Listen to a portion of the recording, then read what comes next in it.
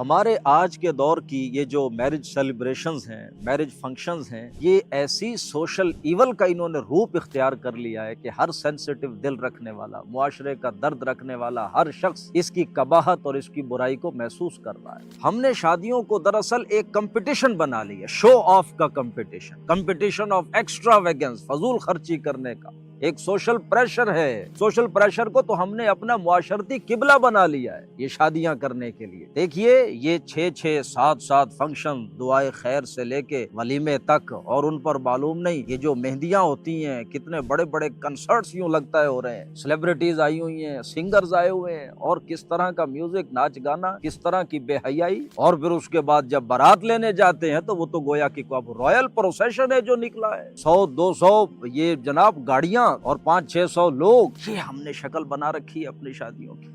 تو یہ جو سارے فنکشنز ہیں اسلام میں ان کا کوئی تصور نہیں۔ اسلام نے شادی کو بالکل سادہ رکھا۔ اللہ کے رسول صلی اللہ علیہ وسلم نے تو بس یہ کہا کہ دیکھو جب نکاح کرنا ہو اس کا اعلان کرو، لوگوں کو بتاؤ اور اسے مسجد میں کرو۔ اللہ کے رسول نے صلی اللہ علیہ وسلم اپنی چھوٹی بیٹی حضرت فاطمہ اس کا نکاح مسجد میں کیا تھا۔ آج ہمیں شرم آتی ہے، آر آتی ہے، لوگ کیا کہیں گے، میک اٹ بگ، تو بڑا کو کرنا ہے جناب ہم نے، تو اس کے لیے لیوش ہال بک کروائے جائیں گے، سینیمیٹک شوٹس ہو رہے ہوں گے، گانے چل رہے ہوں گے، اور 7 سے 8 ڈشز کا کھانا ہوگا۔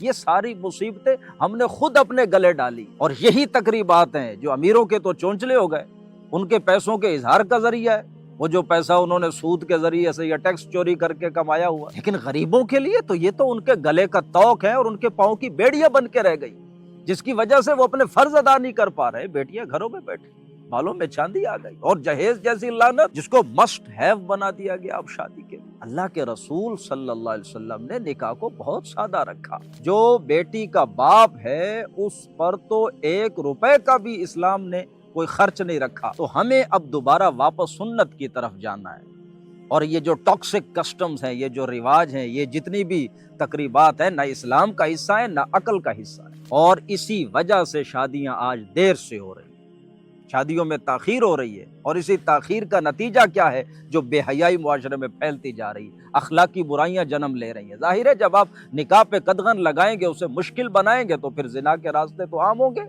زنا کا راستہ تو کھل جائے گا، اور پھر نفسیاتی بیماریاں پیدا ہو رہی۔ تو یہ وقت ہے کہ دوبارہ، اور بلکہ اہم چیز یہ بھی سمجھے، اب شادیاں چل کیوں نہیں رہی؟